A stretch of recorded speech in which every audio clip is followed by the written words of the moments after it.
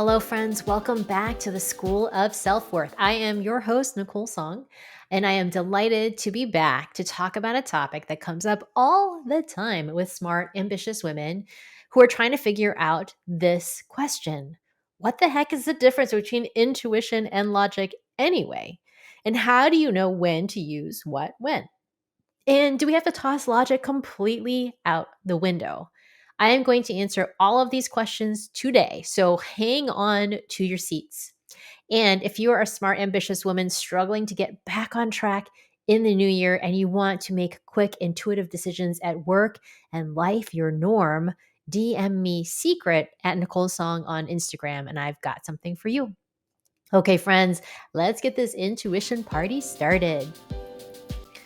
So, today is for all you super analytical women out there who pride yourselves on it, or perhaps are even wanting to get past it. Like, I know you. You are so marvelously intelligent and logical, and you can come up with analysis for days. Same here. Your girl is in major recovery from constantly being in logic to make decisions. I am a pro and con list former queen. I am someone who always was putting my thinking cap on. And also, what would happen for me when I was always in this logic analysis place is I would also spin out on my decisions. I would overthink, I would feel worry, and I would really doubt the decisions that I was making because they were always based on logic, but not necessarily on how I was feeling or what I was really wanting from a deeper place of desire. So, we're going to talk about how we can be friends with both intuition and logic by understanding first how logic is impacting your ability to make intuitive decisions so that your life actually works for you. So, first, let me ask you a question. Have you ever said yes to something because logically it worked in your calendar? You looked at your calendar, you had a gap. When someone wanted to meet during that gap, you're like, well, I have some time. So you said yes. There was no apparent reason to say no. And you like this person, you wanted to help them solve the problem they wanted support with. Fantastic. You said yes. Then, on the day that you actually have this meeting on your calendar, you suddenly realize you are booked solid back to back all day long. This meeting took the only block in your calendar where you could possibly have had a lunch break or gone on a short walk or just paused from everything that you were doing. And all of a sudden, you are drowning. You are overwhelmed by all the things that you're doing all day. And now you have this meeting in there, and you wish desperately you could go back to that moment in time when you accepted that calendar invite and instead get that slot back. Do you want to know what was really going on in that situation? You were using logic when you needed to use your intuition.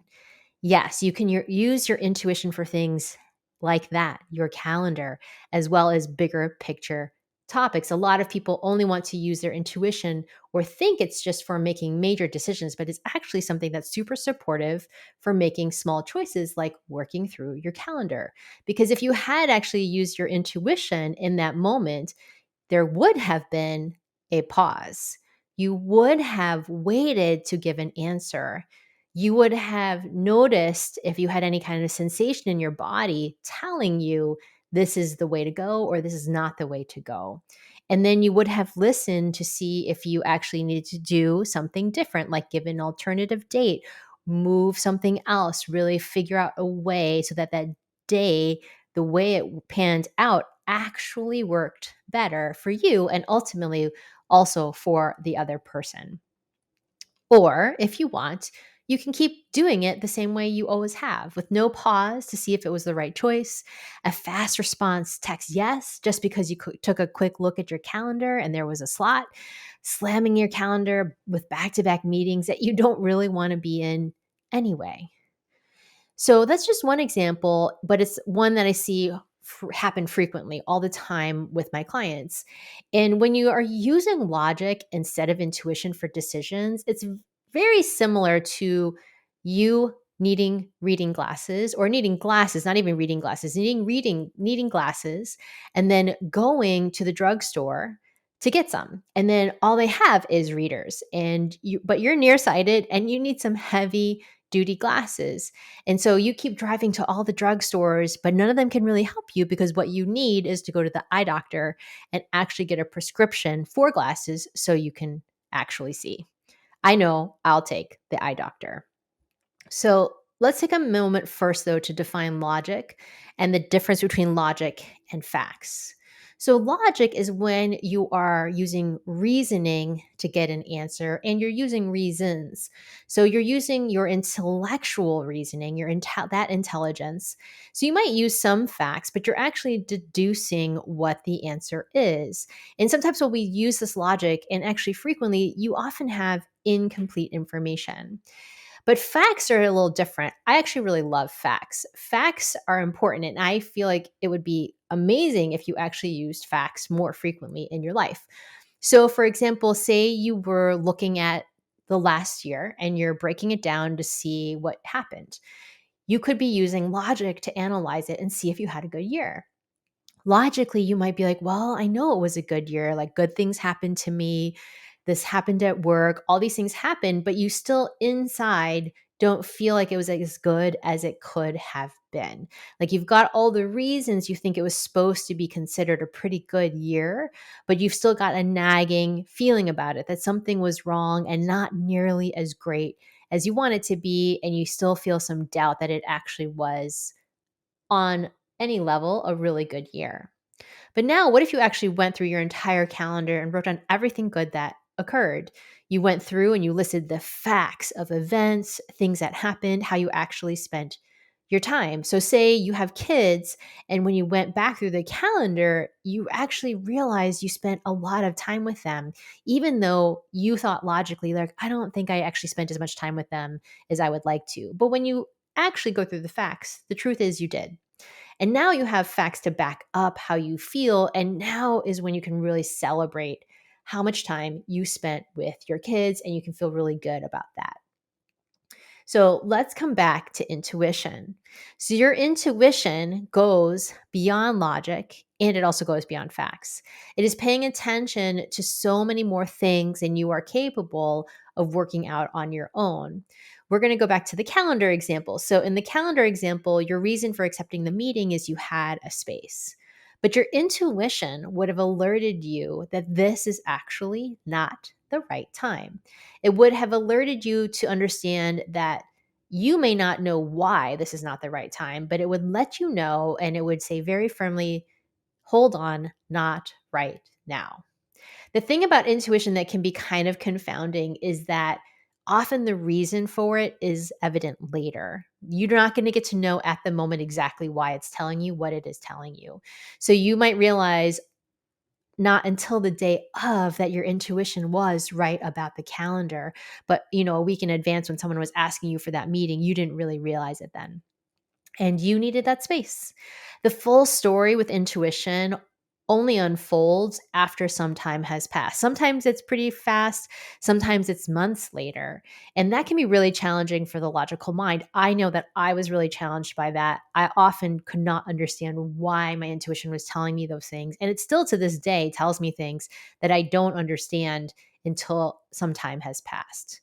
But here's the thing, when logic has a super tight grip on your mind and your decisions, it's impossible. It's almost impossible to A, listen to your intuition, B, to trust your intuition enough to follow it. But once you stop letting logic have such a tight grip on your decision making, you'll find it is easier to do things that once were hard, like to say no or to do something that is outside your norm. So now you might be thinking, okay, this sounds really great, Nicole, but this is not very practical. Like, I can't toss logic out completely. That's totally silly. Do you know anyone, someone, look up to someone who did something that on the surface appeared illogical and that illogical choice actually led to something great?